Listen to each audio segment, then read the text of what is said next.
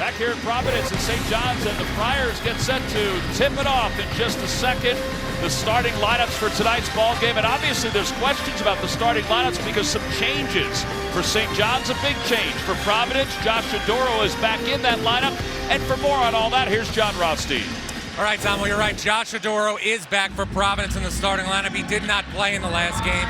Meanwhile, for St. John's, Zuby Ejiofor starting at center in place of Joel Soriano. Rick Pitino switching things up. In Soriano's last 3 games, he's averaging about just 6 points and 5 rebounds. Tom, this is only February. It feels like March. It sure does. Rick Pitino told us today in practice, he said, listen, Zuby is just outworking Joel Soriano. He said Soriano's an 11 out of 10 as far as a kid goes, but he's just got to put more effort into it. Meanwhile, Kim English in his first year over from George Mason.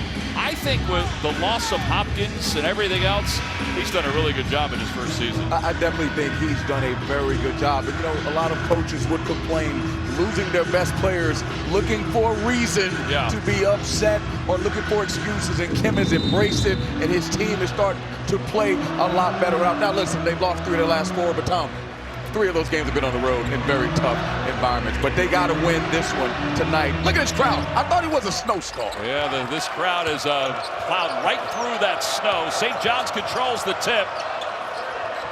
Lewis has it up top. Bounce pass to Ejiofor. Lewis is a scorer also. He lost control of it, though. The effort is there for Providence. And here they go on the fast break. Pierre. Yeah, look for Providence to score quickly. I was going to say that time right away. First 7 seconds, they're getting after it. Well, Rich Barron was able to slide along the baseline, but there's an injured Friar on the floor. It's Devontae Gaines. That is a tough guy to lose. Chris Hageman, the athletic trainer for the Friars, is over to take a look at him. He was part of that tie-up as that loose ball was flowing around.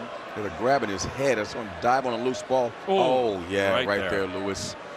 Right on his head. He didn't mean to do it. He just he went down hard on him. Just a hustle play. Obviously, you want to be very, very careful with concussions. We don't want kids that look. I don't know if his mouth is bleeding, but he's up. They're going to have to take some time to make sure he's okay. Devontae Ticket Gaines. Think about Tom's first play in the game. First play in the game. If you're losing for the game. Wow. Well, and it was the loss of Odoro, who was out with the birth of his son in the last ball game, that caused Kim English to have to tinker with his lineup. He went with 5 guards for most of that lineup. And Gaines being helped off the floor. And we'll see what kind of adjustments Kim English and the Friars have to do here. Gaines averaging 8.9 and just around 5 rebounds per game. One of those guys that stretches the floor for this Providence team. Tough kid. To walk him back to the back. Hopefully he'll be fine, but we're going to play on. This is the Big East. Kim's going to have to figure it out. But you know what? They have this crowd behind them. They certainly do. Yeah, 10-2, or excuse me, 12-2 here at home. They were 10-0 to start the year at the end. And this is what they will do. A little full court pressure off the inbounds. Hey, both teams. I love it. Both teams will do it. John, you're quick as a cat. What do you got? Here from the locker room, Ticket Gaines was just taken back. He got jammed in the mouth. There's blood in his mouth. I'm waiting right now patiently to find out if he was able to return. I'll get it to you right away, Tom. All right, John, thank you. We appreciate it. St. John's second possession of the night. St. John's averages nearly 77 points per game. Here's Jenkins, and boy, I'll tell you what, that is smooth. Going up and shooting as he's coming down. Yeah, so smooth. He hung in the air. Great defense there. They tried to catch up, but too late. Got to keep him out of the lane. It's interesting, Tom. What are they going to do without Soriano as you see him playing a little zone here? Odoro to the corner. Pierre for 3. It's good. A great sign for the Flyers at home to get this crowd into the game right away. Offensive foul called against Lewis.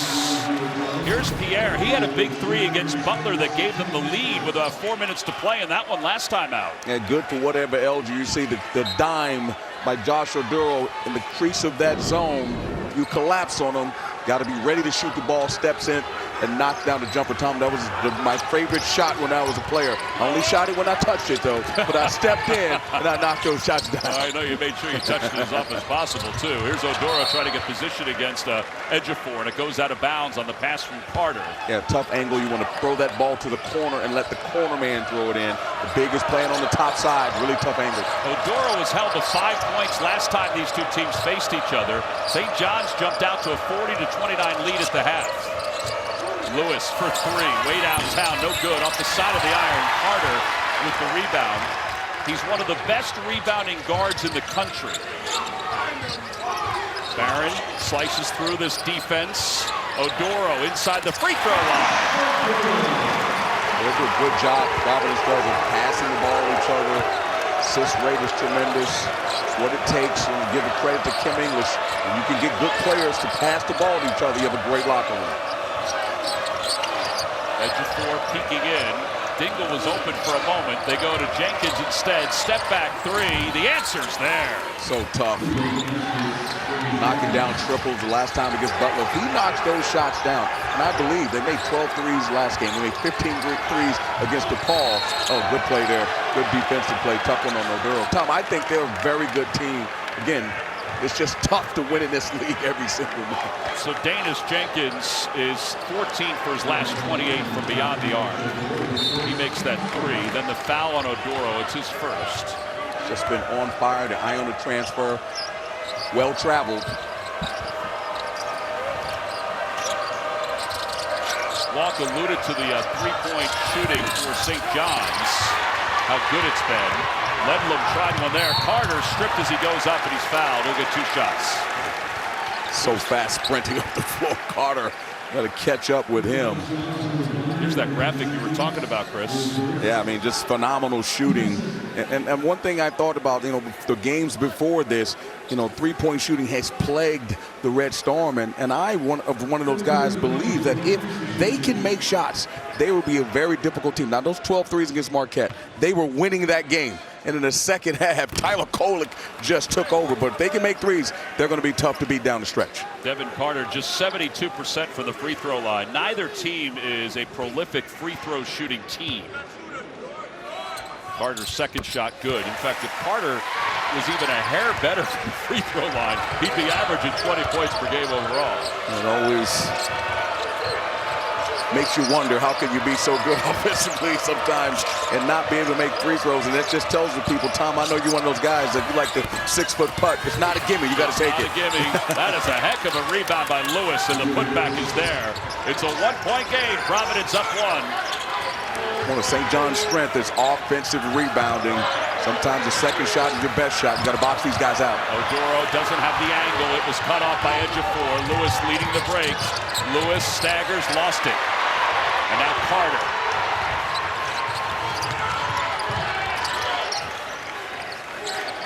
Pierre resets the offense with Floyd. Barron along the baseline.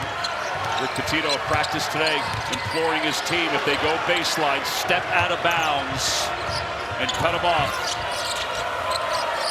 Lewis. Ball knocked away. Floyd got his hand on it. They'll call a foul on Floyd. That's overly aggressive, but this Providence team, they really get after you defensively. And if you can get this crowd into it early to turn that energy up defensively, I see why they're so tough in this building. Here's this foul as Lewis tracks it down on the dribble. Yeah, Corey Floyd Jr. just a little too aggressive there. Just an easy call right in front of the ref. And Lewis like, yo, man, what are you doing? Joel Soriano checks in for the first time. I will say at practice today, he was much looser. In fact, made some shots, and the coaching staff will say, hey, welcome back. Ledlum off the screen. Ledlum doesn't have the bounce. And Carter with the rebound. And Soriano's just got to play hard. That's the thing. You're playing for Rick Pitino. Nothing else is acceptable. A really good player, as you said, 11 out of 10 is a character. But right now, they need some ballers out there. Oh, great pass. Barron for 3. Yes! Josh Oduro, much is made about his offense and his defensive prowess. He is a very good passer for a big. 5 points for Barron. Taylor, Soriano, pull up Jay. Doesn't get the hop. Carter's already got 3 rebounds. Pierre into the paint. Pierre to the corner. 3 is no good. And Oduro lost it out of bounds. Tom, it might be cold and snowing outside, but one thing for sure, these Friars are heating up early. Better guard them. Could be a long night if you don't.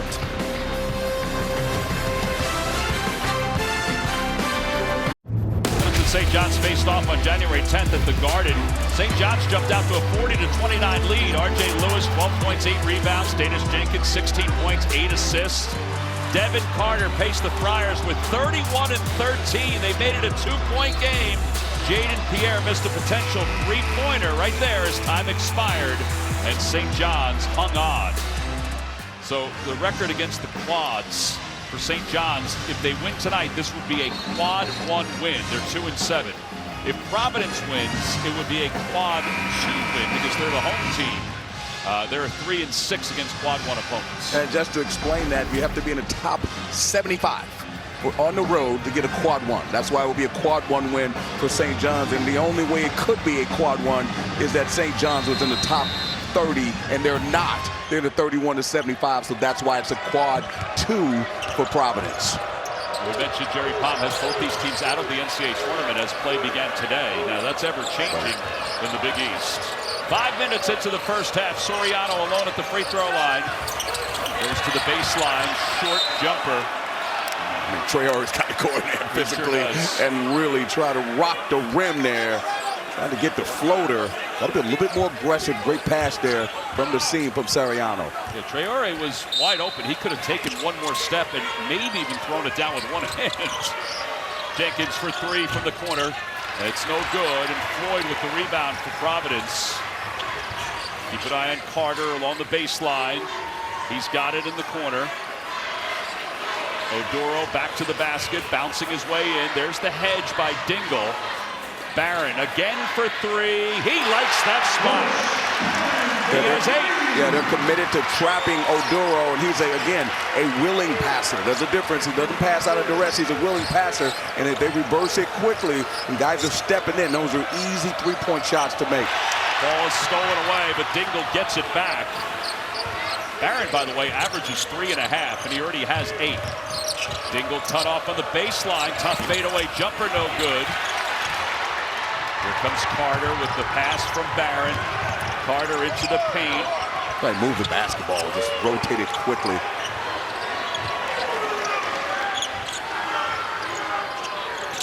Oduro will help reset things for the baseline. No look pass. Pierre for 3 off the side of the backboard. Another good look there by Oduro. As I mentioned, a willing passer. They're going to trap him. Gets it to his buddies. They can make open shots. That's a tough shot. Doesn't get the roll. Ball is knocked away. Pierre with the rebound. Traore, again, had a bunny inside, but great discipline playing without fouling there by Providence. Floyd up top. Barron will try to redirect it. Swinging it. Barron way downtown. I think that's a heat check. That's a heat check. Definitely a heat check. But you know what? Someone's going to have to step up. His ticket games is out. So Barron, again, you mentioned only averages 3, but 8 so far. That's a huge lift for the Friars. Yeah, practice day. St. John's was working on getting out against the shooters. Carter will go to the free throw line for 3. That foul is going to be called on Glenn Taylor. It's a smart play there by Carter. Obviously, there's a lot of attention to him because he's the leading scorer in the league. Up fake. Got Taylor chasing him. Very smart by Carter. Devin Carter has been in double figures every game this year. He's got over 1,100 points in his career. Started at South Carolina. First of 3. It's good. Pretty special player, John. No, he definitely is, Tom, and he's really added the outside shot as a threat for part of his game. In Devin Carter's first 2 seasons in college, he only made a combined 51 3-point shots. Entering tonight, Tom, 58 this season. And he's really taken on more responsibility with Hopkins being out for the year. Mass substitutions for both teams. Depth is a huge part of being a very good team. And just to build on what John said about Devin Carter, the thing is, when Bryce Hopkins gets hurt, now, again, they're Batman and Robin, but now Devin is Batman. So now you're the top of the scouting report and continuing to do what he's doing. It's certainly huge for him and having a chance to possibly be the player of the year in this league. 9-0 run for the Friars. St. John's has gone 3 minutes without a point. Conway, the transfer from VMI. Ledlum to the corner.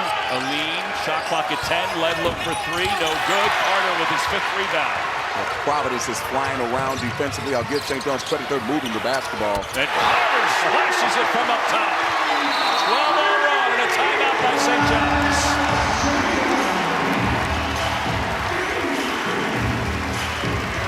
We'll take a break. Be back in 30 seconds. 13-point lead. 7 points, 5 rebounds for Devin Carter. This is his first field goal made. Walk. Listen, if you know anything about Providence basketball, you got to guard them in the first 7 seconds. They want to score quickly. That's Kim English and that NBA influence. And they're going to be ready to shoot the basketball. Some people may think that's a bad shot, but not for this program. Yeah, 19 points, leads the conference, almost 8 rebounds per game. He already has 5 tonight. And at practice today, we watched it. Rick Pitino and his entire coaching staff were imploring his players, you have to get up on the body. In fact, Simeon Wilcher was the scout team, Devin Carter, very athletic freshman. A little bit different, though. A little different. Jenkins, he's fouled going up, so he's going to get 2. That foul is going to go against Dual. Either Dual or Castro, both were in the neighborhood. Right out of the timeout, Coach Pitino draws something. You get Danis Jenkins going to the rim, but defensively, you mentioned, you have to do a great job of sprinting back in transition. And against this team, sprinting back to the paint is what most coaches teach. It's probably not the smartest thing at times. You have to sprint and find somebody on the 3-point lines because you got Oduro who's rim running, and he's tough to handle inside. And then all of a sudden, if he's going to catch it and you double him and they move the basketball around, it's going to be a tough night for the Red Storm if they don't get back and play with some energy on the other end. Jenkins makes both free throws, 80% on the year. He's got 7 points. He felt like Carter went body to body as the ball was still in the air. That's the other thing about the St. John's pressure. They need to score to set it up, right? So scoring is essential to them being able to play the way they want to play. They're in that zone, that matchup zone. The matchup zone, which has been such a big part of Rick Pitino's pedigree as a coach. Kim English called him the greatest college basketball coach he knows. Shot clock is at 3. Carter, shot clock at 2. Carter to Floyd. He got it to go. Well, Mr. Everything. They had him in the corner. Allow him to penetrate. Guys are flashing to the rim.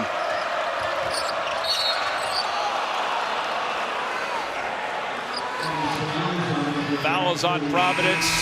It's 22-9. Providence is on top. Devin Carter finding his teammate. Floyd converts. Hey, everybody. You're watching college basketball on CBS Sports Network, presented by Old Trapper Beef Jerky. College basketball on CBS Sports Network is sponsored by Old Trapper Beef Jerky. What's your beef? By AT&T. We believe connecting changes everything. And by Continental Tire, the smart choice in tires. Well, Rick Pitino was the head coach of Providence in 1987 when he took Billy Donovan and the Friars to the Final Four. In fact, today, before practice, he pointed up to this banner and he said to his team, he said, guys, I was on a team that played the 1973 team that went to the Final Four, and I coached the 1987 team. And then he paused and he said, so that means I'm really old. Listen, a lot of history and an amazing coach. Had an opportunity to work with Wyking Jones at Cal, and he worked for Rick Pitino when they won the national championship. He talked about that experience ad nauseum, how much he loved it. So Rick is certainly one of the greatest coaches in college basketball history. St. John's with the basketball. John Rothstein, you got an update on Ticket Gaines as Conway takes this three? Yes, he's back on the bench. He is available to return after a mouth injury. Ticket Gaines back on the bench, Tom. Yeah, looks like he's got a bandage over his eye also.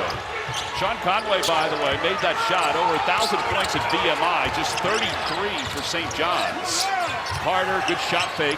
Floyd open for three. It's good.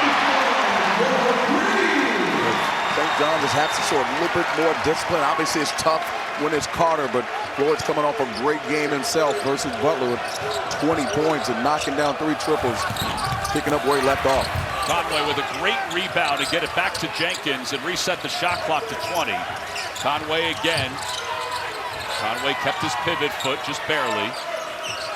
Jenkins off the screen, working against Carter. Great Down pass. low, two-handed jam. That is great vision, as you said, Chris Walker. Get fired up when I see that. That was good. He's dropped a no-look dime. Very difficult. Good job letting him cut him. That's that press. Worked on that press at practice today. Providence worked on breaking that press. Carter down low to Adora, who may have traveled. He didn't get the roll. They wanted a foul. Soriano with the rebound. Well, the refs don't like that. Looked like that was verticality. Definitely was some contact. John's got to finish that one, though. A lean for three, no good. Conway with the rebound. They're getting physical out there, Tom. Conway, tough pass to Soriano. Look at these two guys going at it. Yeah, two big bodies. Soriano will go to the free throw line.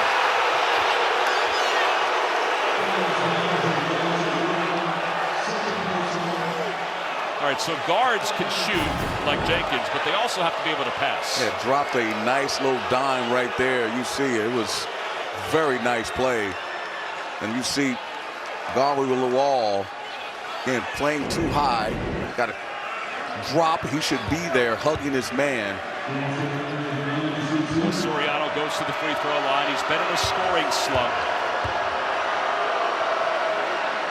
72% from the free throw line. I asked Rick Pitino, I said, you've had a lot of players as Gaines will check in. Oduro, I think, will check out. He's got 2 fouls. No, Odoro's going to stay in. Nice reaction from the fans with Gaines coming in. Anyway, I asked Rick Pitino, I said, what do you do with somebody like Soriano? I mean, you've had so many good players. I mean, this is a potential all-Big East player. And that's when he started talking about his effort. He said, listen, if he wants to play on the next level, there has to be more effort put in by him. He's a great kid. And, you know, we talked about it before, not averaging a whole lot of points recently, 11.5 points per game in his last 8. You know who should appreciate that? Anybody that's connected to Joel Soriano, because at the end of the day, again, discipline. It's what's done for you, not what's done to you. And then Josh Oduro says on the floor there. Yeah, they wanted a little continuation, but he'll get a couple of free throws. Oh, no, actually, it'll be an inbounds. My bad. It's cold outside, but the referees are going to get him a little heated up in here, Tom. Yeah. So the shot clock at 20. Providence will inbound along the baseline. This is Bert Smith over there saying, come on, Kemp, calm down now. Just calm down. You got your foul. Ledlum knocks it away. Oduro gets it back.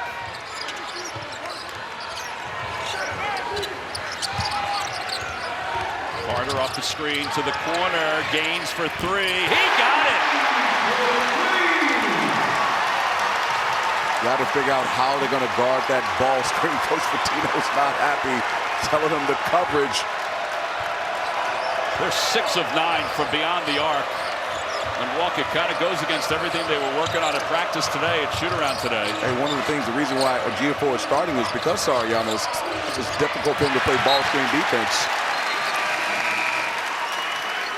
Gaines all by himself in the corner on this last 3-pointer. Yes, a drive and kick action right there. You see him in the corner just wide open. Again, if you're talking about Ticket Gaines, he's a guy that knocks down jumpers. You have to ask yourself, is Conway out of position? He's helping on the drive. Should it be closed and taken away the corner? But you got Carter driving, which is a tough one there. Red Storm just kicked that ball out of bounds. Lewis will check back in. He's been out for a few minutes. He's in for Ledlum. Full court pressure again for St. John's. Conway is on the ball.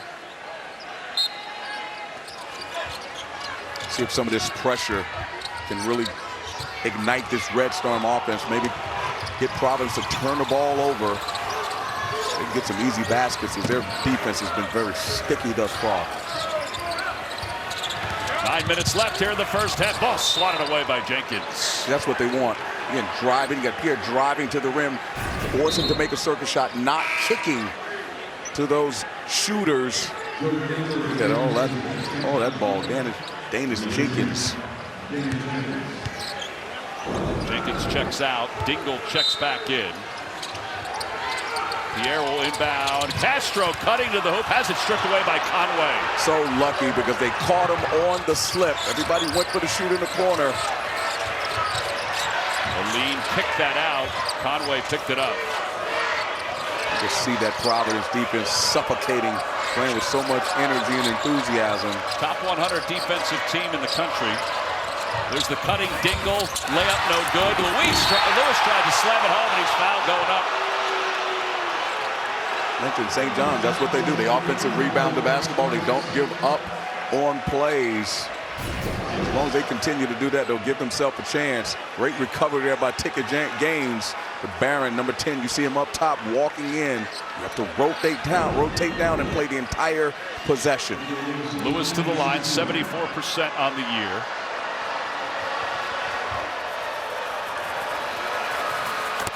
Makes the first one. Castro, by the way, he'll check out. He has 2 fouls. Providence will go a tad smaller with Gaines being the 5. He can do that because St. John's has Ejiofor as its biggest player at 6'9", but Gaines is 6'7.5" as Lewis makes the second free throw. Has that pressure once again, man to man, making it tough for you. Like a run and jump. If you dribble into it, they'll come and trap you. But make sure, continuously stay aware, because Red Storm can come from anywhere. So you're switching light sizes, as you mentioned before. Small team out there. There's a trap. They slip the bounce pass to Barron. Barron doesn't get the layup to go. It went in and out, and it's out of bounds. Oh, good recovery by Brent Hampton, the referee. I mean, come on, man. They got classes for that, man. The refs, that's what they work on. You know that. Watch this coming right at you. Let them sit down in that squat. Ah, we missed the squat. He was like a kangaroo. Aline may have gotten away with a big travel there. Providence switching as well. Got a small lineup out there. Lewis steps to the basket, misses the layup. Ejiofor there to clean it up, though. And as I was saying, I said Providence with a small lineup, drive the basketball, take advantage of your size. 7:46 to play here in the first half. Providence's largest lead was 13, sitting at 9. With a 9-point lead, 28-19, 7:46 to play here in the first half. Friars return to our air next Wednesday as they take on the Xavier Musketeers. Tip-off begins at 8 Eastern here on CBS Sports Network. I think they hope they shoot the 3 the way they're shooting it tonight. They're 6 of 9 from beyond the arc tonight. You know, they're shooting, as someone says, save some for the game. They're knocking it down in warm-ups. And I'll tell you this, if they can get Jaden Pierre, those 2 guys, and Rick Barron, to knock down shots. We all know about Ticket Games. We all know about Devin Carter. They're a much better team. They shoot about 32%. That's going to be tough to win in big games. But if they can shoot like this, first of all, if anybody shoot like this, they can beat the Celtics tonight. So, again, St. John's is going to have to weather the storm, no pun intended. And they're going to have to find a way to knock down some shots, but they got to get some stops. Providence will inbound off this timeout. Mentioned both teams are 6 and 7 in the Big East. St. John's started 4-1 in league play, kind of like Villanova did. Man, Villanova guys out there. is 6 and 7. Well, I'm just trying to compare the guys two. out there. Come on, man. Trying to compare We're on the a roll. We got 1 in a row. That's the mantra. The most important game is the next game. We got the next game. I think the officials are trying to make sure that the clock is situated properly. I don't think anything went off the play clock, but that may be what Bert Smith is looking at. Tell you one thing, Tom, I'm really, really, really happy about this crowd. Great we crowd. thought it was going to be a game that possibly could have been canceled. And these fans show you what Big East basketball and Providence Fire basketball means to them, because they have shown up and shown out thus far. Yeah, it's been pretty electric. What do you got, John? Mentioning about the Providence crowd, guys, how about this? In the last 3 seasons in this building, Providence 43-5 at home. That is really impressive, including starting 10-0 this year here at this place. The officials are still trying to get the clock right. It's Lamar Simpson, not Bert Smith. Bert's all on the baseline. Let's take a look.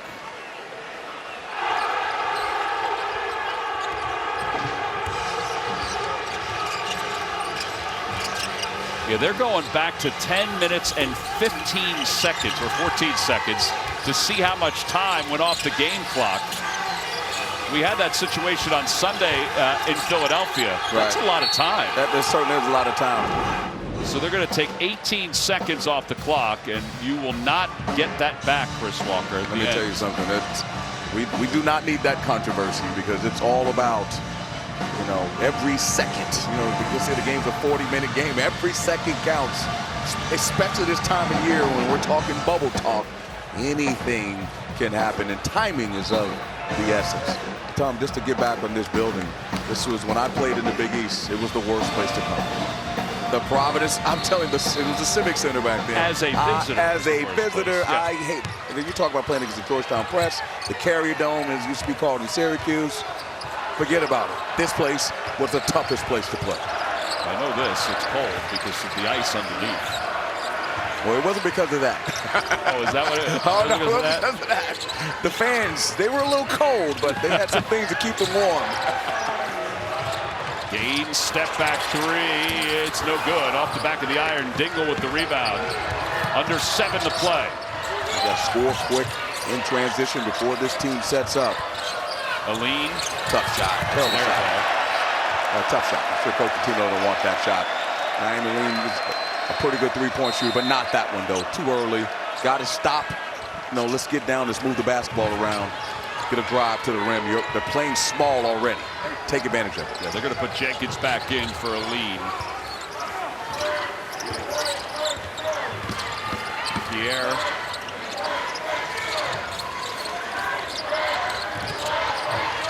Ball's knocked away by Lewis out of bounds. 13 on the shot clock. It'll remain Providence basketball.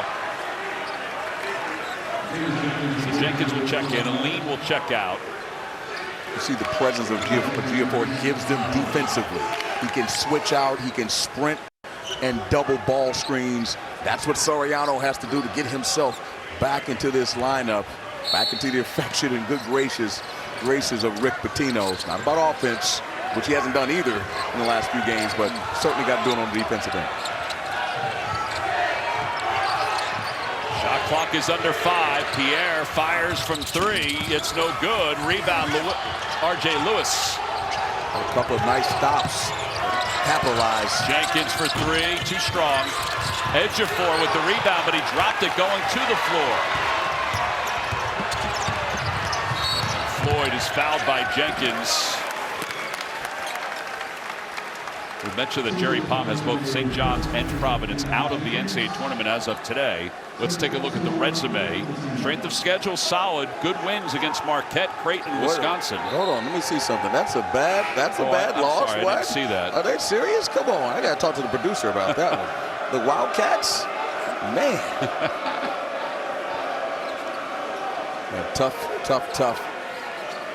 Tough game, and the Wildcats really put one down there at the fin.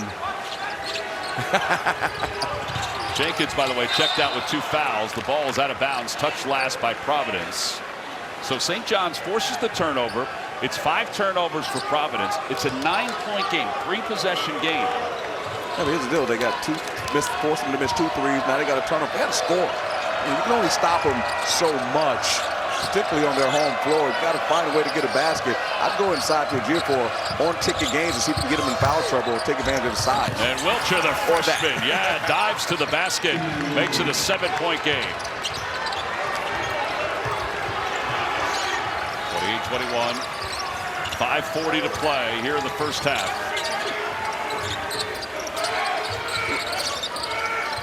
Carter doesn't take the screen. Lost it for a moment. Gets it back. Goes to the rim. Ejiofor from behind with the block. It's 5-on-4. Lewis. Dingle. Conway from the corner. Yes! It's a 9-0 run for the Red Storm. 28-24. We'll be back in 30 seconds. We got ourselves a game again. 28-24. It's a 9-0 run for St. John's. You mentioned it before, Chris. It starts with St. John's defense, and Ejiofor came in and cleaned this up from Devin Carter. And we talk about why he's playing. Ejiofor doing a tremendous job of chasing and knocking it down. And Conway, you mentioned from BMI, he knocked down a bunch of threes there, Tom. And he is certainly providing a spark for the Storm right now as they're storming back to get into this game. Certainly major implications. St. John's playing very hard, and really Providence got off to a great start, but they're starting to close the gap. I will say that watching practice today, at the end of practice, Conway spent at least 20 minutes working on his one-on-one individual separation on threes. What the St. John's program is all about. Just talking to Van Macon, the assistant. Patino does all the individual workouts at 71 years old. He spends a lot of time with his players, and that's what a lot of players love about playing for him, is the individual improvement inside the program. Well, the defense forced the door to take that three, and now Lewis will bring it up. He dishes it down low to Ejiofor. Count the bucket. Wow, what a lift. What a lift. Lewis would not drop in a nice dime. Talk about how unselfish Providence is. Look at this tough finish. Quality minutes without Soriano. Soriano on the bench. Ejiofor doing his part. Making Coach Tino look good for starting him. This game, the Kansas transfer. Didn't play a lot when he was at Kansas. And here he is now providing some really good minutes. Maybe coming to his own time. He converts that free throw. This was a 13-point lead for Providence. There's Soriano. He watches as his team pulls within one. Providence is nearly 5 minutes without a point. Oduro trying to end that. And look at that defense by Ejiofor. Gains for three, and he's fouled. That foul is going to go on Lewis. You got to give Oduro credit again, as I said before, willing passer. Got to give him a chance to come down. Lewis sprinting. That's what happens. You're a really good three-point shooter. People, they call it flying at you, but you can't fly at him. You got to fly past him. Costly foul there by Lewis, but putting Gaines on the line for three. This will be the second three-point opportunity.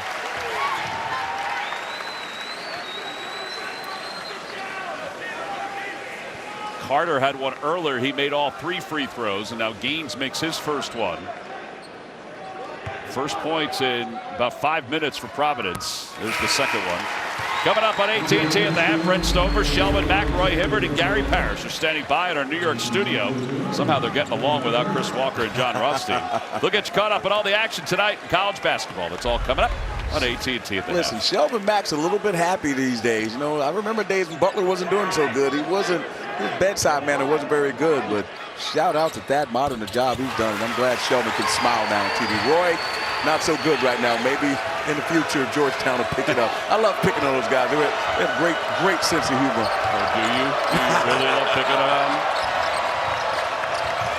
I can't forget about GP. I mean, he's probably a Chiefs fan now with his buddy Brent. Conway missed that three. Castro with the rebound, dribbles out of the pile. He better give it up. He does. Switching. See Conway, see that switching defense. That's what Ejiofor provides for him. They can switch 5 ways. Floyd left open, tries to jam it home. Boy, there's bodies going every which way. Gains for three, short. And Ejiofor with the rebound. He tried to hurt him.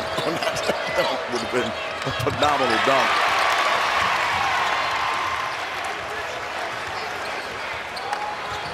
Under 4 to play. Pierre snaking through. Count the bucket. Ejiofor with the foul.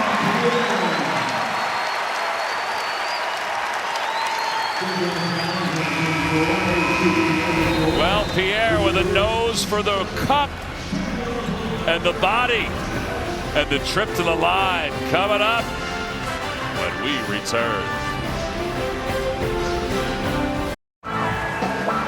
Providence is on top 33-27. I wonder what he got her for Valentine's Day. And speaking of Valentine's Day, Chris Walker, give us your Valentine's Day report. Yeah, you know what? The team I love, the Marquette, these guys are so good. I mean, Shaka Smart has them playing at a high level. Tyler Kolek, probably the player of the year. And it breaks my heart. Hey, Nova fans, I'm not saying it in a negative way. Hey, we got to get it going. Breaking my heart. Let's go. Let's get this thing going to the tournament at St. John's. You see, but then the Jekyll and Hyde, Coach Pitino, I did pick them to go to the Final Four now. I still believe that they get in. That was a good pick. They have a chance, but sometimes they're hard to figure out. But one thing's for sure, that man right there can figure it out. And listen, I don't want my newborn now. She's at home watching.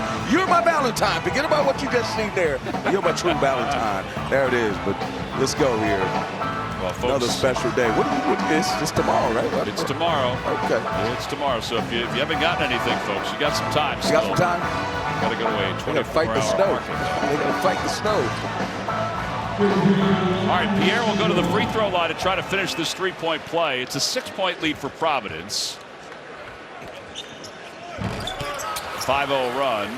What do you got, John? Well, Pierre scoring is a good sign, Tom, for Providence. When he hits double figures this season, the Friars are 7-3. Something to monitor, Tom. Yeah, he's averaging 9 points per game. Here's Wilcher, the freshman. Conway for 3. It's good, and Conway has a career high with St. John's. It's always tough. Whoever the assistant coach in the huddle says, Coach, let's go zone. And they come out and get a 3. I've been there before, and you just start, put your head in your lap like, why did I suggest that? Knock it down to triple. Conway playing great tonight. Yeah, second time this year he has 9 points. He had 9 2 games ago against DePaul. Shot clock is under 10. Dual crosses over into the paint. Down low to Castro. Oh, he shouldn't have brought it down. Soriano was able to block it away because he brought it down to his hip. That's why I like St. John's. They got Ejiofor. He doesn't play well. They got Soriano. Wow, how about that one? 3-point shot and the foul. St. John's has turned this game around. It has happened on the defensive end. They've made plays, reversing the basketball. Dingle, former Ivy League Player of the Year at Penn. He can knock them down for sure. The reasons I like this team, I think they have experience. And sometimes, Tom, it's just the ball has to bounce the right way. Remember, they made 12 threes in the last game against Marquette. Had an 11-point lead. I really thought they were going to win that game, and Tyler Kolek just became Superman in the second half. Dingle missed the free throw. It's our second tie. St. John's has not led it all tonight. 2.5 to play in the first half, but they were down 13. Carter back in.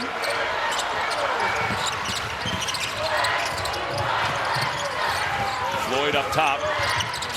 Cut off by Dingle. And it's knocked away. Dingle picked his pocket. That's good hands.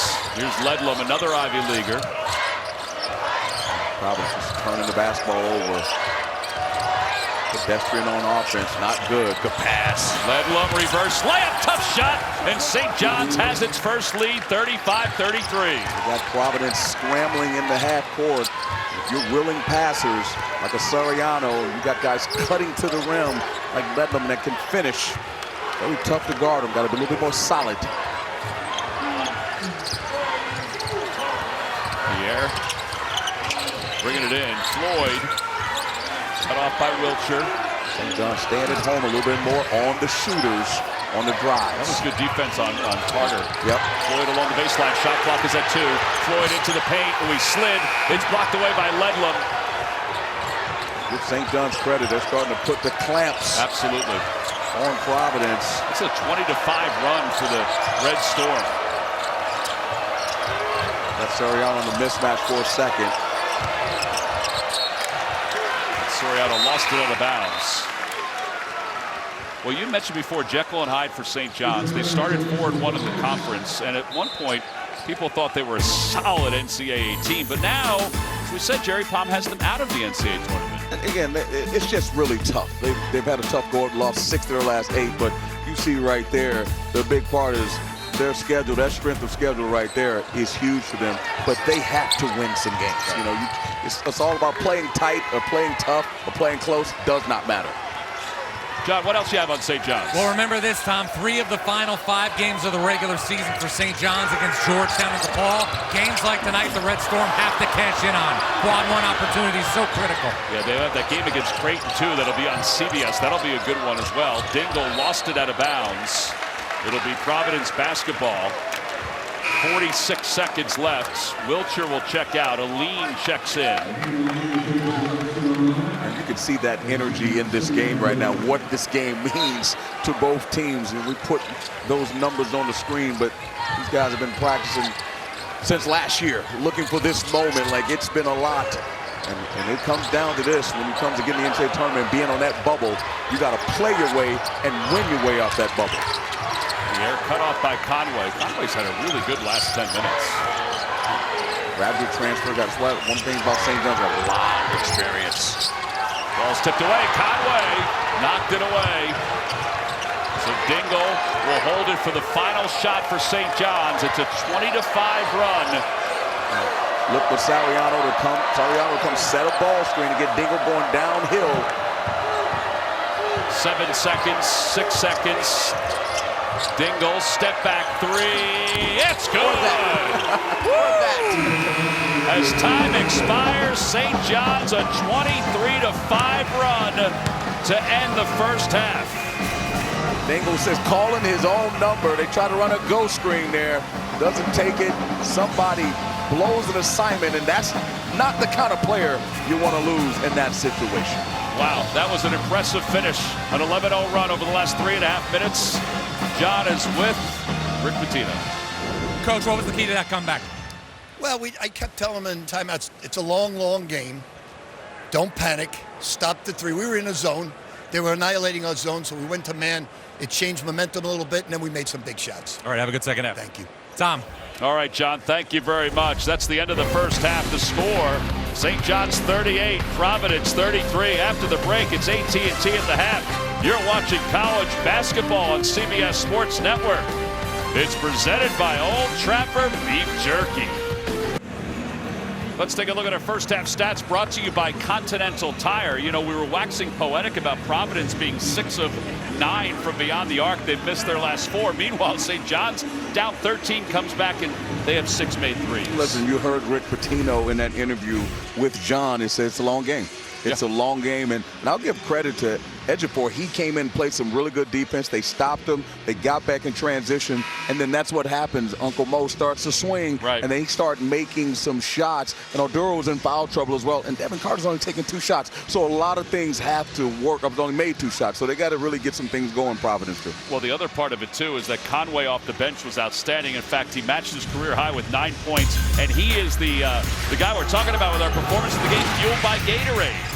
Listen, 1.5 threes per game in 133 college games. So this kid can knock down shots. Forget about what he hasn't done thus far this year. He's starting to play at a high level at the right time. John, what does Kim English think?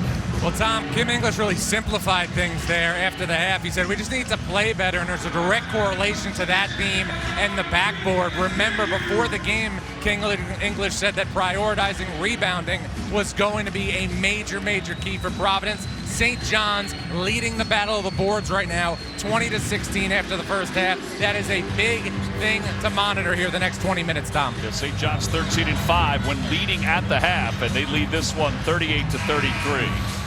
And I mentioned before when we were talking, I said Devin Carter had made 2 shots. Tom, he's only taken 2 shots. So think about that. 1 of 2. The leading scorer in the league is only taking 2 shots. Oduro was in foul trouble. He only made 1 basket. That is the difference in this game. And Pierre goes to the corner, a 3 short. Lewis with the rebound for St. John's.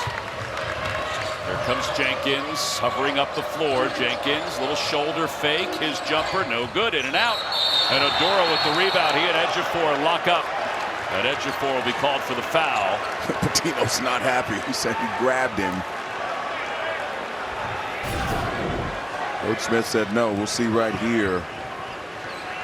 That was definitely a foul on Ejiofor. That's his second he said foul. no. Oduro did grab him in the end, grabbed his arm, but I think he may have Ejiofor been did it first. racing himself. Possibly, but that's the angle that Coach Pitino had, and Coach Smith, the ref, had the other angle. All right, so Providence will inbound. St. John's has the pressure on.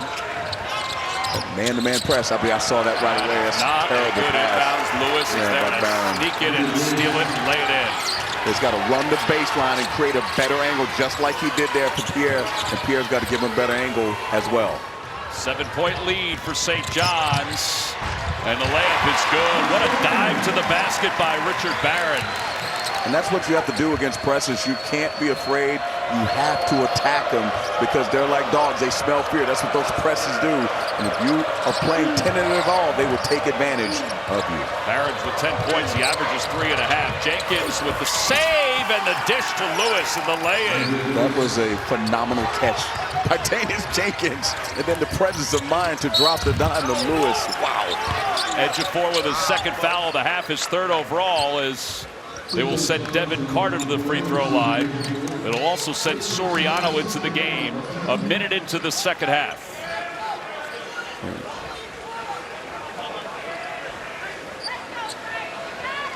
Now that pass, you see Carter going to the rim. Got to be aggressive. You know, leading scorer in the league. Can't, that time of year, you can't be tentative. You have to be aggressive at all times. Converts the first one. Here comes Soriano as he ties his shoe. He's got to get going, Joel Soriano. I know they have the lead here, but he could help seal the deal for St. John's. Yeah, he certainly could. And listen, Ejiofor's done a tremendous job. He has. I actually agree with Rick Pitino about, you know, putting somebody in there who has energy and who can really provide a spark. But at the end of the day, if they want to win at the level that they need to win to get the NCAA tournament, Soriano has to make sure that he comes with the right state of mind to give this team what they need.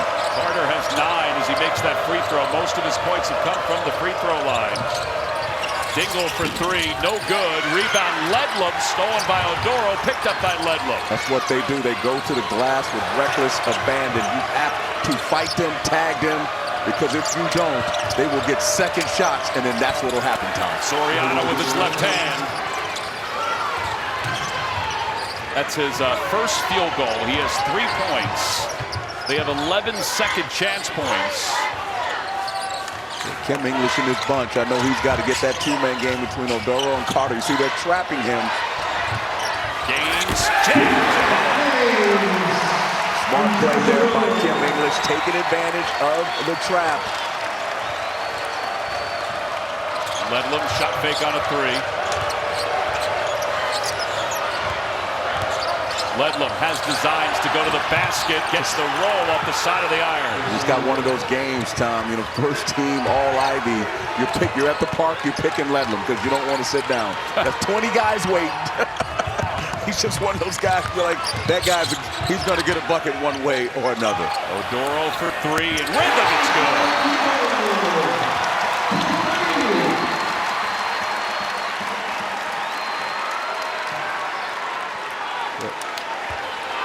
Oduro knocks down a much-needed 3.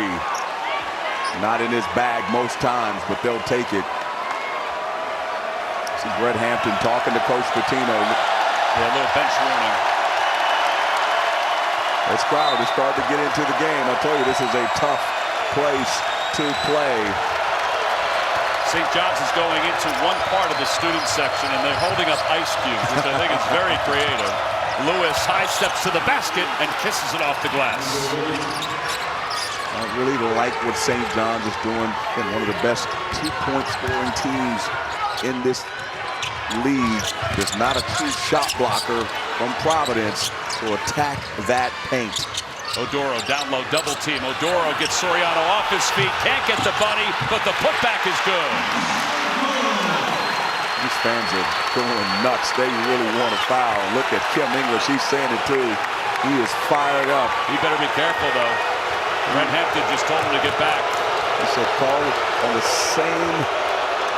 the same thing on both ends. See the assistant coach trying to pull him back. 4-point ball game. Lewis, little hesitation. Lewis in the paint, and Soriano there with the offensive rebound. He gets it out off the hands of Lewis, out of bounds.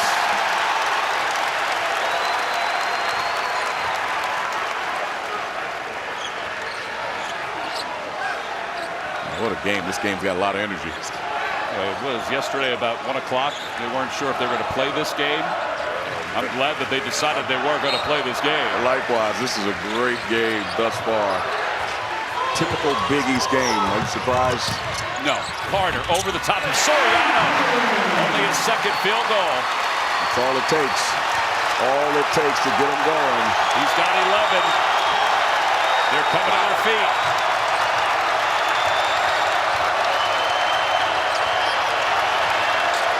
Look at Tim.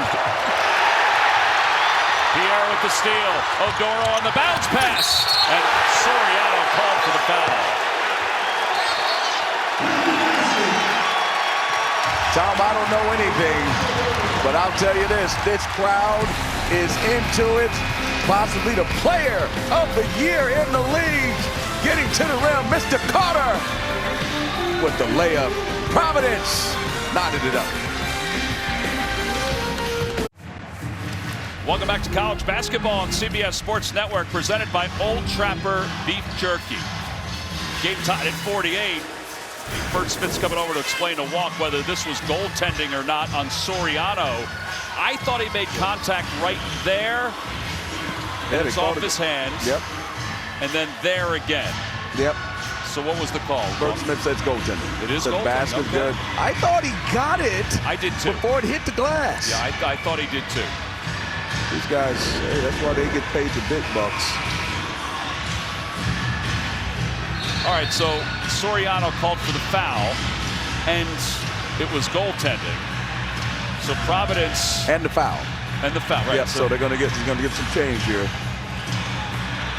And Providence also received a bench warning. So both coaches now have received a bench warning. You think this game means something, Tom? Oh man. Tino, clearly both teams are clearly on the bubble. Right now, St. John's sitting in a little bit better position. This is a quad 1 win. They certainly need it to bolster their chances for the NCAA tournament. Providence, I believe, if they can continue winning, they would obviously have a chance too. Kim English much better, in a much better situation with Odoro on the floor. Right? So he was out most of that second half when St. John's made their run. Well, he gives the Providence the lead again. It's a 7-0 run the last minute for the Friars. 49-48. Jenkins bumped as he goes down the lane, throws it up. Foul, my goodness. That was a foul. And it's out of bounds off Providence. Job by Kim English working the refs, because I am sure that is a foul. Right there. Maybe not. I mean, maybe it's a little bit of acting there. Maybe it's a little bit of acting. I would not give him the Academy Award. All right, so St. John's will inbound. The shot clock at 20. Ledlum. St. John's got to find. I'd go inside Soriano to give him an opportunity to score the basketball. He's trying to get position on Odoro. Instead, they go to Lewis at the free throw line. Lewis is fouled on the floor. That'll be the first team foul on Providence. It's amazing how kids never think they foul, right? I mean, there's a body block by Ticket Gaines on Lewis. Physical Big East game. Did you ever think you fouled? Man, I was smart. I was real smart, very slick with mine. You know? Never thought you fouled. Here's Barron to Gaines. Point lead for the Friars. 3 double-digit scores. Carter off the front of the rim. Soriano runs down the rebound. Well, St. John's got to try to find an easy basket. As I said before, I'd love to see him go inside, try to get a foul on Josh Oduro. Great job with the roll right there. And Soriano will go to the line for 2, and he stood up. I don't know if he realized, well, it was Pierre. He's a little fella. Think they know Coach P used to coach here? Think the fans know? Great job. Caught Oduro staying too long with the ball screen. Pierre in the hole. He has to take the foul. He's got to get a little bit sooner, though. It's a good foul, good tough foul. Now, see, now that's what Chris Walker used to do. But the big guys, I would come right. Man, the old biggies, we could come up to them a little bit tougher than that. They wouldn't say anything. Soriano, 3 points, 1 of 2 from the line. Tom, I played the Big East when they had 6 fouls. So that was a different era. Sure was. First free throw is good.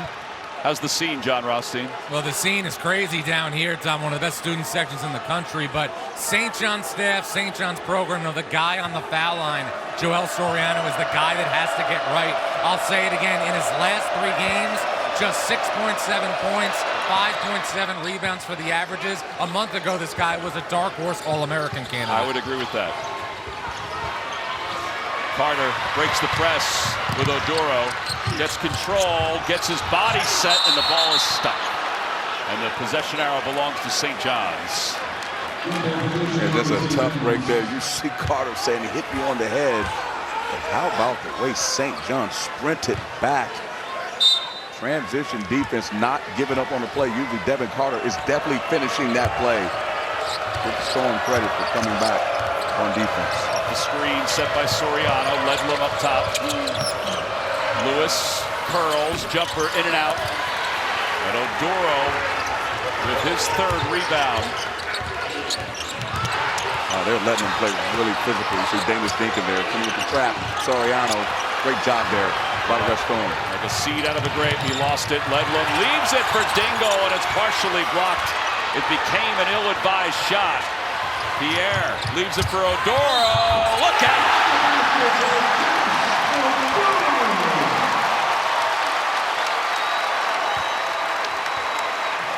Odoro's up to 12 points. That all started. You see a nice pass there. Oduro gets that close, you can finish. But this all started on the other end. Ledlum had a fast break and kept it. Tried to make a pass. When he tried to make a shot, you see that's why he's coming out of the game, and that's a turn of events. Oduro now is at the foul line. You see him and Danis Jenkins going at it.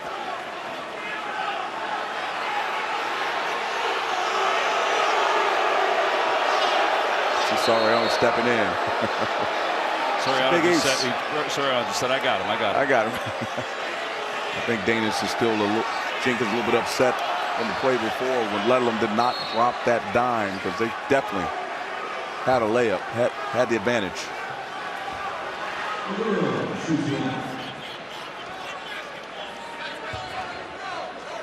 Providence 14-3 when they get to 71. We're gonna get to 71. I know.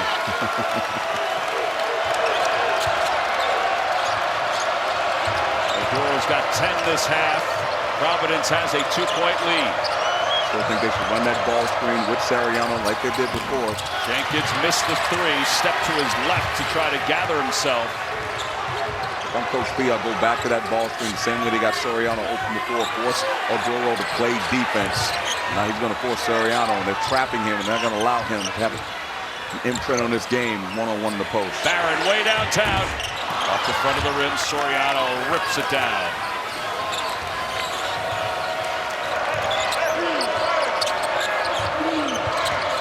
Job on Providence playing that backdoor action. Soriano was left open. He can make that 17. He certainly can. He's going to have to do something. I think that he's the guy they're going to have to use to really force Oduro to play defense. He might be a little winded, Oduro. Yeah, he had a back warmer on at halftime. He was riding the bike earlier, too. Tied at 52. Pierre cut off on the baseline. Oduro to the basket, blocked by Soriano, and they call a foul on him.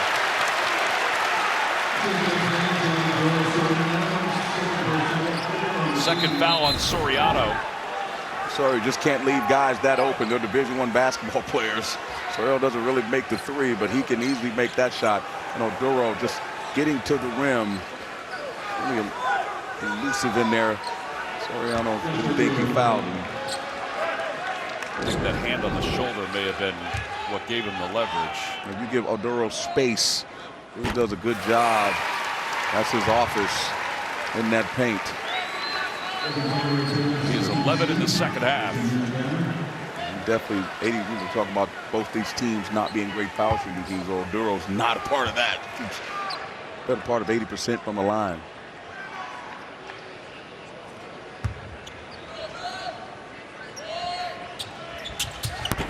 Makes both.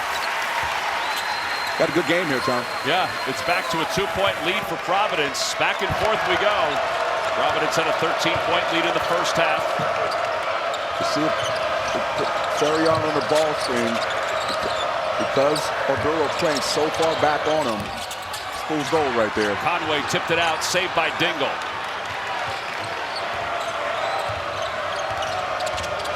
Lewis off the backboard, no good. Soriano's putback is no good, and he's fouled going up. See my point there, Tom? See, because Oduro's playing back so far, it's going to be hard to guard the ball screen. The guard's coming off downhill. All he has to do is shoot it. There's no one there to box out Soriano. See, right here, he's driving. There's no one there on the weak side to box out Soriano. Doesn't matter who it is. He's flying down the lane. He's going to get the layup, and he's going to get fouled. Now he's got to go to the free throw line and knock him down. Soriano will go to the line where he'll try to add to his point total. 7 points.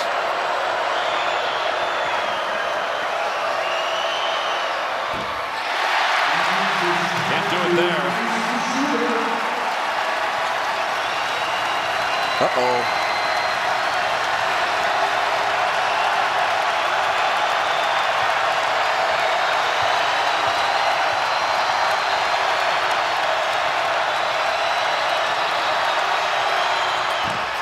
Missed both. If the students weren't woken up before, they're awake now. College basketball is so tough. He went on the road. Wow. He's going to get a timeout here. I want this thing to get away from him. You see Kim English is in a stance. Pouring his guys. Let's go. Go back to that same action. Run that ball screen with Soriano. And a steal by Carter. Open floor. Heading to the rim. In and out. And now 5 on 4. Dingle for 3. Off the side of the rim. There'd be a number of occasions where this place would go nuts if one of these shots went in. Definitely, it's ready to rock. Oh, it's good. Boy, he got high in the air on that finish. Lewis adjusted as he went up. St. John's not going to quit. It's going to be an up and down game. Looks like Kim English is going to bring it down. Thought he might have been looking for a timeout. Josh Oduro is winded for sure.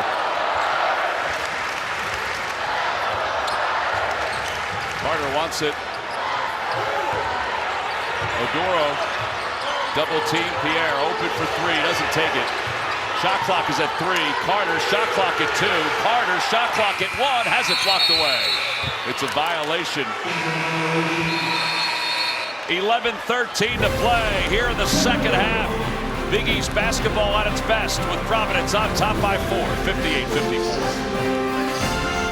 History Month for the 3rd straight season. Players are wearing Make History Now shooting shirts that recognize the 100-year anniversary of Black Five's most prolific team, the New York Rens. Black basketball teams known as the Black Fives were prevalent from 1904 to 1950. These teams opened doors for future generations of African-American players and coaches. CBS Sports celebrates Black History Month, paying tribute to the triumphs, influence on culture, and legacy of achievements. Yeah, certainly very, very cool. We're celebrating history. I love reading history. It's one of my favorite subjects. And obviously, I think every day is Black History. But for me, certainly acknowledgement is great by CBS. Well, here, Providence is up 58-54. There have been 4 lead changes, 5 ties. St. John's largest lead was 7. Providence's largest lead was 13 in the first half. And St. John's will inbound with 11:13 to play. Any adjustments you see for either team off this timeout? Listen, Soriano's out of the game. We'll see offensively what St. John's can do. Obviously, they won't post up Ejiofor, but let's see if they can get Josh Oduro and some ball screens. Get in. If they're a different team when Oduro's out of the game. Try to get him in foul trouble. Ejiofor hands it off to Lewis. Lewis from the elbow, jumper sweep. See my point? Using whether it's a ball screen or a handoff, because what they call Oduro's in a dropping, he's dropping back. Whoever has that opportunity is going to be open. It was Soriano before, then it was Lewis knocking down the jumper. Lewis has 12.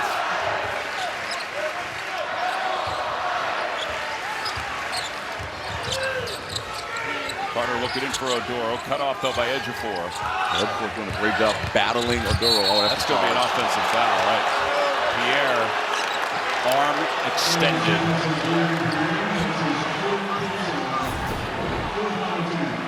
Good slide your feet. Good job there. Gave him a little room. Didn't bump into him. You got to beat him to the spot. Got to slide for Kim English. Hasn't been happy all night. Look at him giving his rendition of what's going on. I love Kim English. He thought there was a little acting on there, too. So Pierre's out with 3 fouls. A lean back in for St. John's. Smaller lineup with Ejiofor as the 5. A lean pull-up Jay. No good. And here comes Carter. That shot's going to be there all game as long as Oduro's in. Got to knock that shot down. Oh, nice pass from Carter. Oduro gets everybody off their feet and off the glass. 17 in the second half for Oduro. If they're going to jump out on that screen and he's going to dive to the rim, you got to have weak side coverage, or he's going to be a tough cover. Because he can finish inside once he gets it that close. Conway pull up Jay off the side of the rim. Lewis with the rebound going up, has it stripped away, and a jump ball.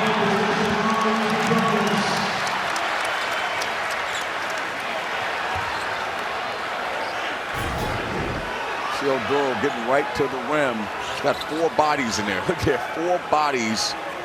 Still finishes. Just a tough customer once he gets it that deep. No question, all Big East player this year, Tom. Yeah, he came over with Kim English from George Mason. He was 2-time All-Atlantic 10 player. That ball goes right out of bounds, untouched. Providence wanted a foul because Ticket Gaines went flying to the floor. That's what that pressure will do. It just wears you down and wears you down. See, Naeem Alim just taken away Corey Floyd, who's got to do a better job of getting to the basketball and creating an angle. Jenkins will inbound. Ejiofor back to Jenkins. Got some separation. Up top for Lewis for 3. Oh, no good. Oduro with the rebound. 4 rebounds for Oduro. I mentioned before, first Providence made a bunch of threes. Then St. John's made a bunch of threes. Now Providence has found their groove offensively. St. John's got to figure out where they're going to get their offense from. Shot clock under 10. Oduro skips it. Gaines for 3. Yes!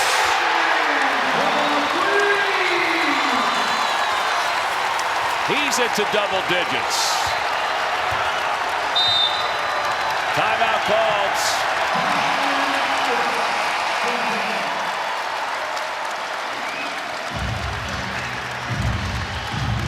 Providence getting it done. Skip pass to Ticket Gaines. Get you a seat. He's knocking it down. Everybody's happy.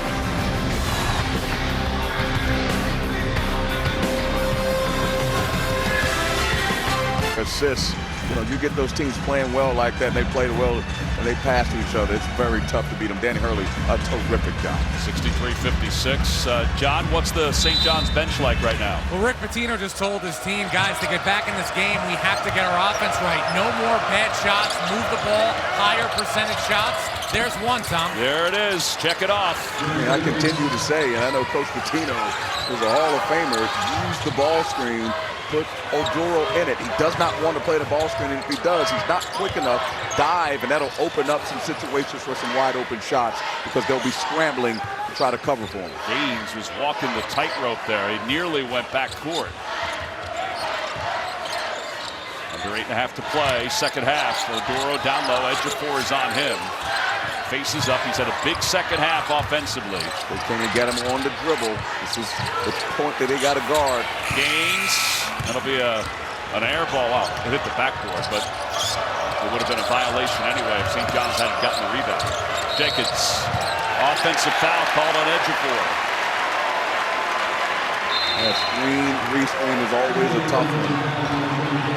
Rick, might be careful. Pitino's got to be careful, as you said. 4 fouls at Ejiofor. All right, what do you think, Chris Walker? Screen, re-screen. Yeah, see that little hip. Might work on the dance floor. Yeah, you just let it. Just allow him. Even if the guy slides through, it doesn't matter, right? Danius Jenkins is quick, and he'll have the advantage, and he'll have an angle. All you need is the angle. Well, Soriano checks back in for Ejiofor. Ejiofor has 4. Pierre has 4 for Providence, and the block by Soriano, and St. John's basketball. He's got to finish that one. Great call by Kim English. Nice offense. Soriano wants it. It's knocked away by Oduro. Just a terrible angle, as I said before. First of all, Wiper on the floor. And the finish by Oduro that time. 21 points, 19 in this half. Coach Pitino's right. They have to find some offense. Aline, he's in traffic. Conway. Defense of Providence is picking up. You can see the energy. Aline for the free throw line. No good. Conway with the rebound. Jenkins for 3. No good again. Conway again! Rebound. It's a tie-up, and St. John's will have the basketball. Oduro missed one 2 possessions ago. He wasn't going to miss this one. He certainly wasn't going to miss this. Rim running. Oduro doing his thing. Getting to the rim. Soriano, you got to get back. The Friars are frying. Second half. He had 1 basket in the first half because he's in foul trouble. He has been the difference in the second half. Tremendous. A new Papa has done it well today. Tom, he has been electric. You see there 19 in the second half. He is an engine. Obviously, we're talking about Devin Carter, who has a chance to be Player of the Year, but he is equally important of that dynamic duo covering the paint and being a physical presence. Carter has 13 points, 7 rebounds, 4 assists. St. John's off the tie-up before the timeout will have the basketball. Down 7. Jenkins will trigger the inbounds. Goes to Dingle. Dingle into the paint. Dingle leans. Dingle gets the roll. He could really score the basketball. He really needed that to quiet this crowd. Listen, as well as Joshua Oduro has played at 19 in the second half, they're only down 5 there at St. John's. Gaines will pull it out. Oduro wants it. Knocked away by Soriano out of bounds. It'll remain Providence basketball. They're really allowing physical play in the post. Give it to Soriano. He's heard the call. He's playing much harder with much more intensity this game. 7.7 rebounds off the bench. Ejiofor started, but Ejiofor has 4 fouls. Amazing what that bench will do to you, Tom. He tries to get Soriano off his feet. Soriano's called for the foul. Pitino's not happy. He is not happy.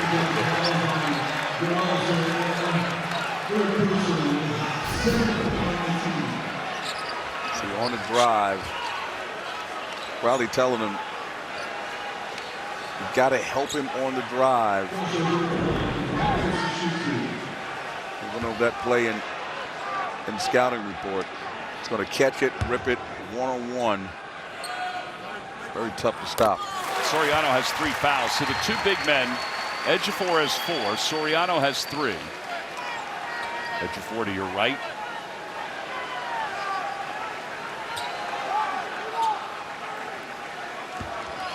You got to, from St. John's, don't think about offensive wise. We got to put Oduro on the ball screen, force him to chase, and that'll open up some seams so you can score. Get Providence scrambling because they're trying to cover for him. Oduro 6 for 6 for the free throw line. Jenkins has it blocked away. It'll remain St. John's basketball. Devin Carter got a piece of it. Gaines was in the neighborhood. Soriano has to dive. If he pops, he doesn't make the three-point shot, and all that does is allow Oduro to plug the paint even more. Jenkins' jumper is good. I mean, Jenkins has got to be aggressive. Somebody's going to have to take it upon themselves. Still only a 5-point game, a 2-possession game. Just play solid defense here. Okay, he has 11.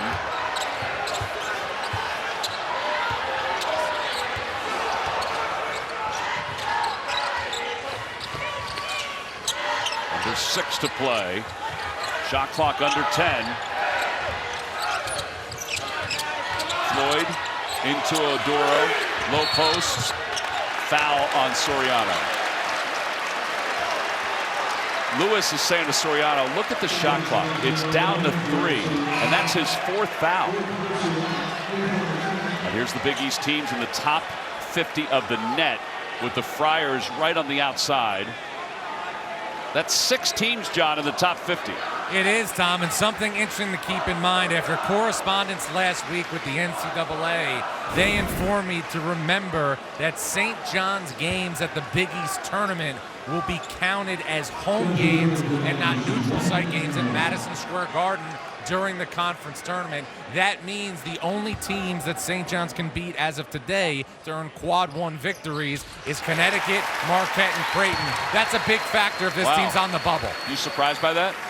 That is the policy, Chris. It's been a long time since St. John's has been on the bubble. I went back to figure out and get clarification, but I made a point of that late last week to note 2 programs who are hosting their conference tournament in their same home court venue, St. John's at Madison Square Garden, UNLV at the Thomas and Mack Center. It will not be a neutral site game according to the team sheet. It will be a home game. Oduro 8 for 8 for the free throw line. There's the foul trouble we just talked about. Soriano has 4. He's got to be careful. Jenkins to Soriano. Can't finish. Carter with the rebound. It's number 8 for him. And that's the action, exactly the action I thought would be good for him. Soriano's got to finish that bunny. Sprint was trying to get something easy in transition. Trying to score against the teeth of that defense is very difficult. Dingle sizes up the 3. It's short. Tino looked at him and said, what are you doing? They're going to get Dingle on the foul as Floyd was thinking about some form of an alley-oop.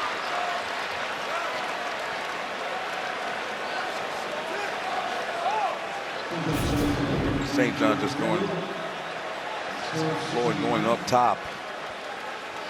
Well, the fact that he was about 4 feet above him. Ledlum will check in.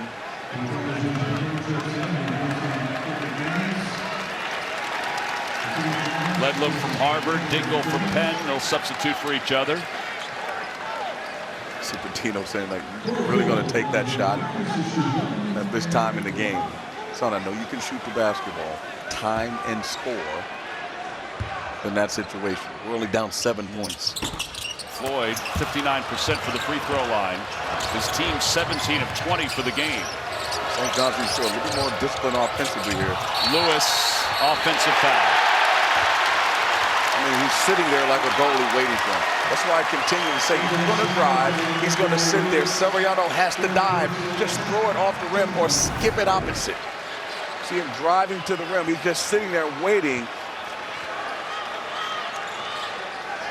You've got a Euro step.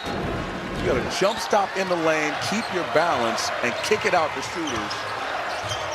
Give Kim English credit. He's staying with the drop, and they're not able to get Oduro in foul trouble. That's 3 fouls on Lewis. Little weave up top for Providence. In foul trouble again. Pierre along the baseline. Up top for Barron. Shot clock is at 7.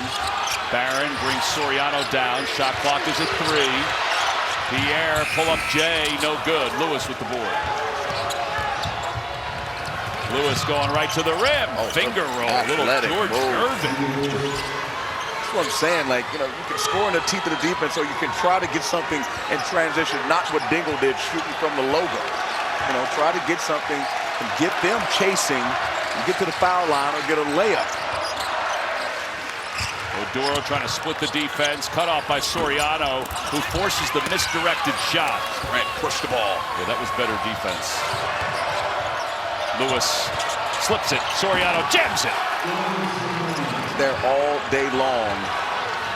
They continue. You see Kimmings going to get a timeout here. 9 points for Soriano. It's back to a 1-possession game. Tom, the Red Storm, aptly named, are storming back. Doing it with the big fella. Lewis driving with the dime dunk. Red Storm cut it to 3.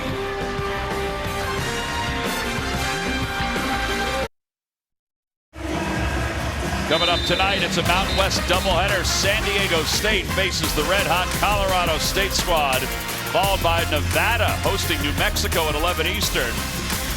Pete Gillen's on the call for that one. He's been all over the country these last several days. Catch all the action here on CBS Sports Network. Mountain West top 50 net rankings. How do they do it? I don't know how they do it. I don't know how they do it. They got to find out who was the scheduling wizard with the Mountain West, but shout out to them. They have done a tremendous job of putting their conference in the right light. Look at their 6 teams, better than the Pac-12, which they're the top league on the West Coast. All right, so John, I got some numbers for you. St. John's 0 for 7 from outside the arc in the second half. They've also out-rebounded Providence 16-3 on the offensive end. What does that dictate from the huddle?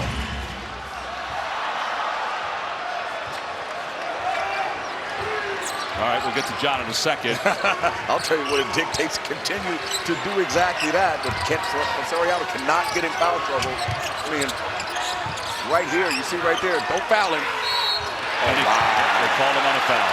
Wow. That's going to be number 5. Soriano's going to be done. He had him fading away.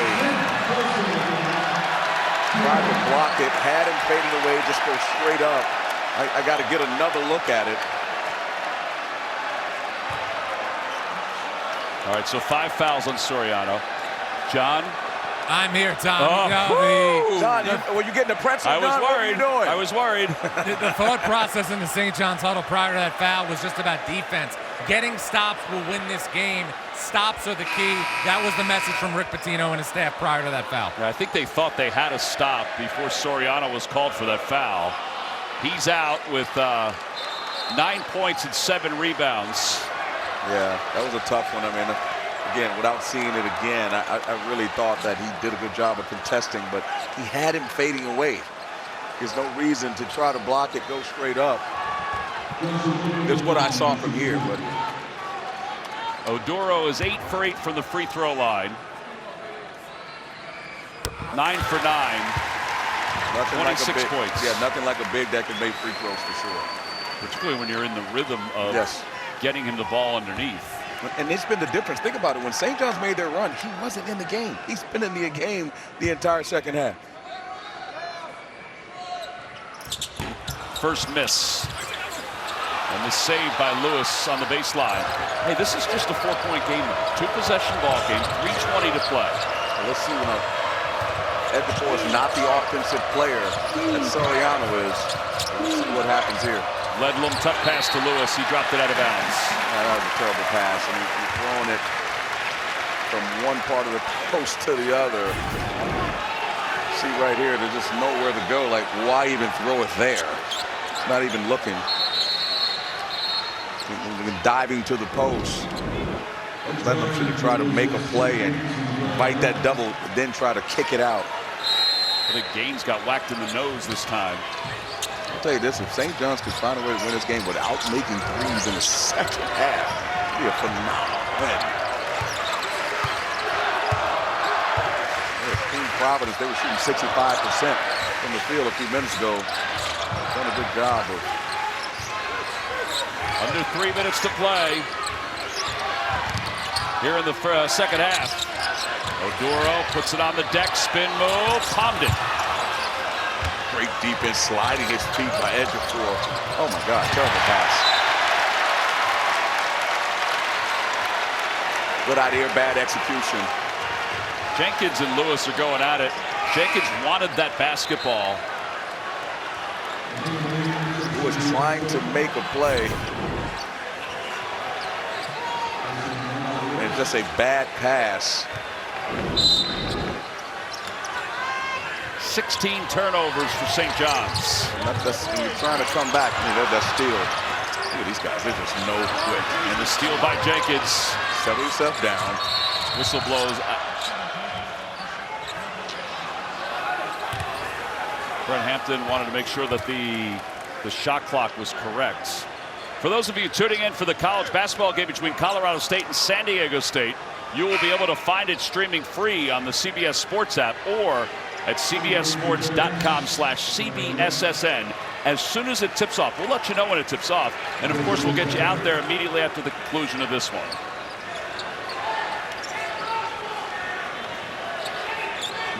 This is interesting because the shot clock, now they fixed it. They originally were saying that the shot clock should go to 18, but I think that Brent Hampton thought that it had not reset. Right. So it did go back to 30. Great. Ejiofor, foul going up. Great call by Coach Pitino. What a speed. What a call. They faked the handoff, and he screened him instead. And how about this finish? On your head. Great athlete. Guess where he's from, by the way? Is he from the great state of Texas? You know it. Garland, Texas. Well, he could make this a one-point game.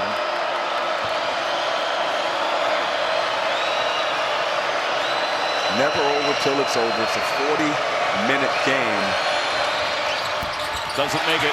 Carter with the rebound. Colorado State and San Diego State is underway and now available streaming for free on CBS Sports app or at cbssports.com/CBSSN. We'll get you out there as soon as this one is over.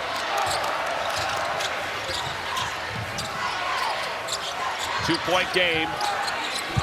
Odoro's got 26, 24 in the second half. Oh, great coverage by Conway. Ledlum is fouled by Gaines. Odoro looked to make that pass.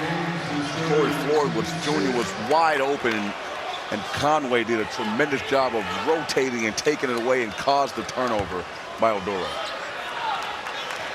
So Ledlum will inbound. Conway, there he is. He's had a good game. Yeah, he has. His minutes have been very productive. And you got to play him, because he can make a shot, so he really takes the defender out of the game because you can't leave him.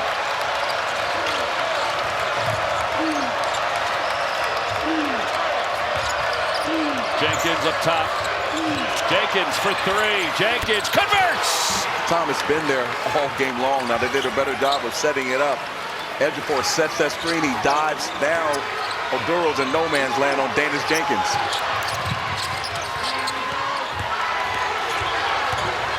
Here's Floyd right down the floor. Floyd converts. That was kind of like his shot the other day at the end of the game that he missed. We'll step away for 30 seconds. Providence retakes the lead, 72-70. This one's far from over. They're going to take a look at this three by Danis Jenkins. His foot looked like it may have been on the line. Yeah, you see that switch there. Odoro can't get there in time. See right there as he comes off. Right here, Odoro has to get on that switch. Can't guard him there. Yeah, he's definitely on the line. Yeah, there it is. Lamar Simpson signaled that it was a 2 as he came out of that replay. Have they changed the score? They have not changed the score.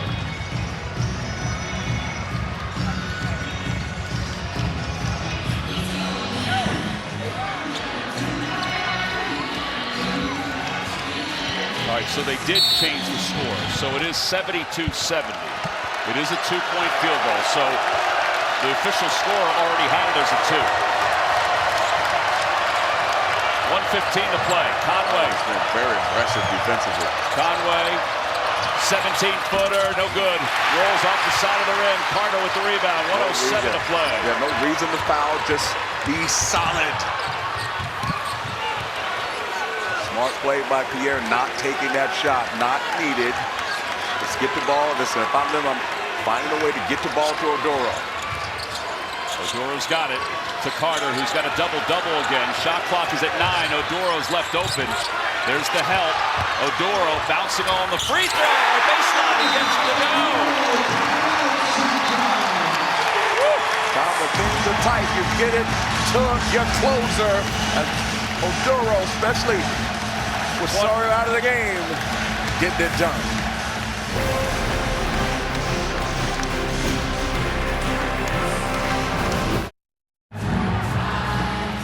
74-70. All right, Walk, let's take a look at this last basket by Odoro, who, by the way, has 28 points tonight. Yeah, Tom, I was saying that they're going to have to find a way to give him the ball. You see that ball screen, two-man game. Stop it right there. There's a two-man game. Look at all this area over here.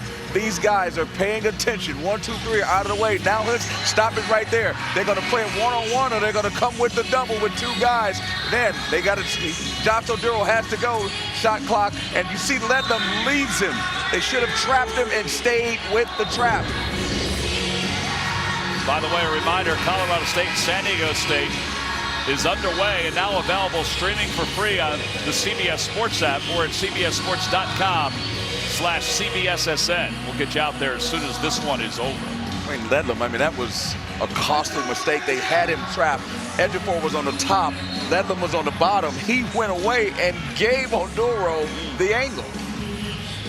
Odoro has 28. His career high is 33 when he was with George Mason against St. Joseph's. St. John's needs to get a quick one. They don't need a three. See if they can get to the rim and set that press up once again. Yeah, they haven't made a three in this half, by the way. Don't need one here. Put Oduro in that ball screen once again, or that handoff situation. That's a foul in Providence. Kim English is saying, why? That'll send Conway to the free throw line. Just a terrible mistake. Trying to, I said before, they're being overly aggressive. Again, I know you have to stop them, but so aggressive.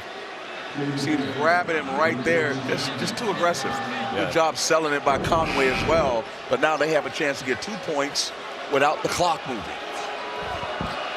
Time management. Remember those seconds we talked about when they had to change earlier? Let's say it comes down. These games are crucial. Every second counts. That foul is on Barron. It will send Conway to the free throw line. Conway just 3 for 3 this year for the free throw line, but he's an excellent free throw shooter from his time at VMI. And look at that crowd back there. Career high 10 as a Red Storm ball player. Tom, how many do you think you'd make with that crowd back there? I'd shut him out. unless they had a fat head of myself out there. That would be problematic. Or maybe a peanut butter cup. Wow. Look for the press. Once he makes this one, looks for the press. They're going to try to get a trap, try to get a steal. I don't think that Coach Pitino is going to allow them to run the clock out. It's going to be about 4 seconds. 2-point game. Odoro gets it. It was nearly stolen. Lewis has it. Knocked it out of bounds. It'll remain Providence basketball. They should look at it. They can. How about that play? Because you don't want to foul Josh Oduro because he's their best foul shooter. Question is, did it come off of his leg? Now that's a question. Who did it come off of? See Coach Pitino. He was helping be the fourth official there. This is probably a better angle. Oh, that went off him. That went off he caught it there. Now Lewis is going to come in. I see. Okay, yep. I don't know. Yeah, that's going to be interesting.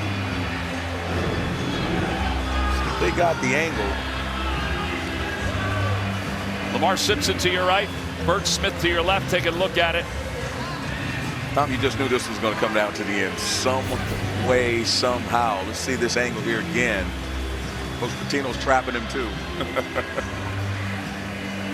As a big, and again, Providence, you don't want him getting the ball that far, receiving the ball that far, because they're not going to foul him. They're going to trap him and they're going to force him because he's the best free throw shooter. And when you trap, the two guys that are the trappers, you don't want them to foul. It's the interceptor that gets the steal.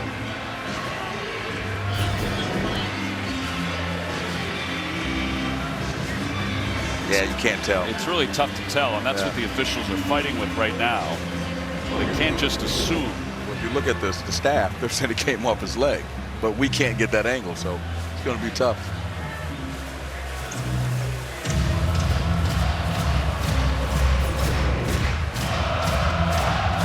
See, even here, this is probably the best look we have. It's there. Oh, no, that's off Oduro. Tom, that's off his left hand. I like to see that again. Look at Oduro's left hand. I think his left hand touched it last. See, right here, they grab it.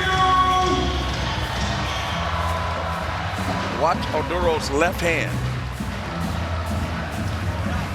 See, I think he touched it last.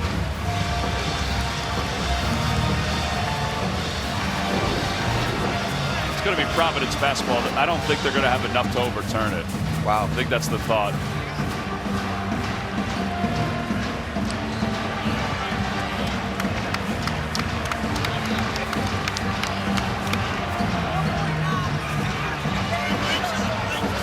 .9 is the difference, Brent Hampton just told us, between the game clock and the shot clock. So they've got that set too, so they were looking at that. And again, there wasn't enough to overturn it. Yep, that means understood. That's why we have replay. St. John's doesn't want to give up the long ball. Keep everything in front. Try to get a trap. See Carter going long. They go to Pierre. He's Pierre might be on the foul. They're going to come trap him. Don't kick your dribble up. They go up to Gaines. Oduro, Carter. That's one of the guys who we probably don't want to foul. Although 72% for the year. They've been very good as a team from the line tonight. See Coach Pitino getting on Conway said I think they wanted to foul Pierre. I would agree with that. And now you're going to foul the guy who's arguably, the best scorer in the league. Yeah, Pierre's a better free throw shooter statistically, but Carter is the best scorer. Yeah, but at the end of the game, that's a different analytic than what you're seeing all year long. I fight with people all the time. Don't look at those numbers.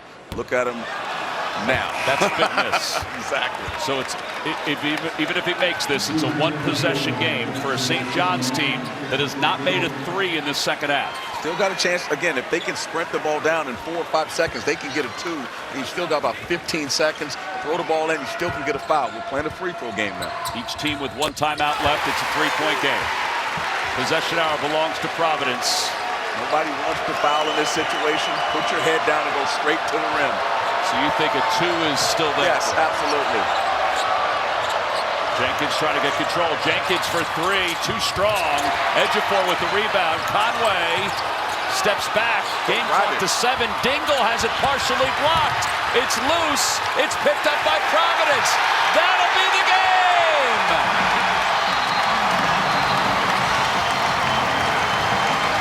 Providence wins it 75-72. Great game.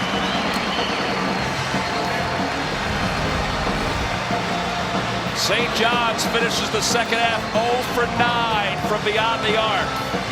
Providence now 7-7 in the Big East Conference. St. John's 6-8. For Chris Walker, John Rothstein, our entire crew, I'm Tom McCarthy. This has been a presentation of CBS Sports Network, the 24-hour home of CBS Sports. After the break, it's Colorado State and San Diego State. So long from Providence.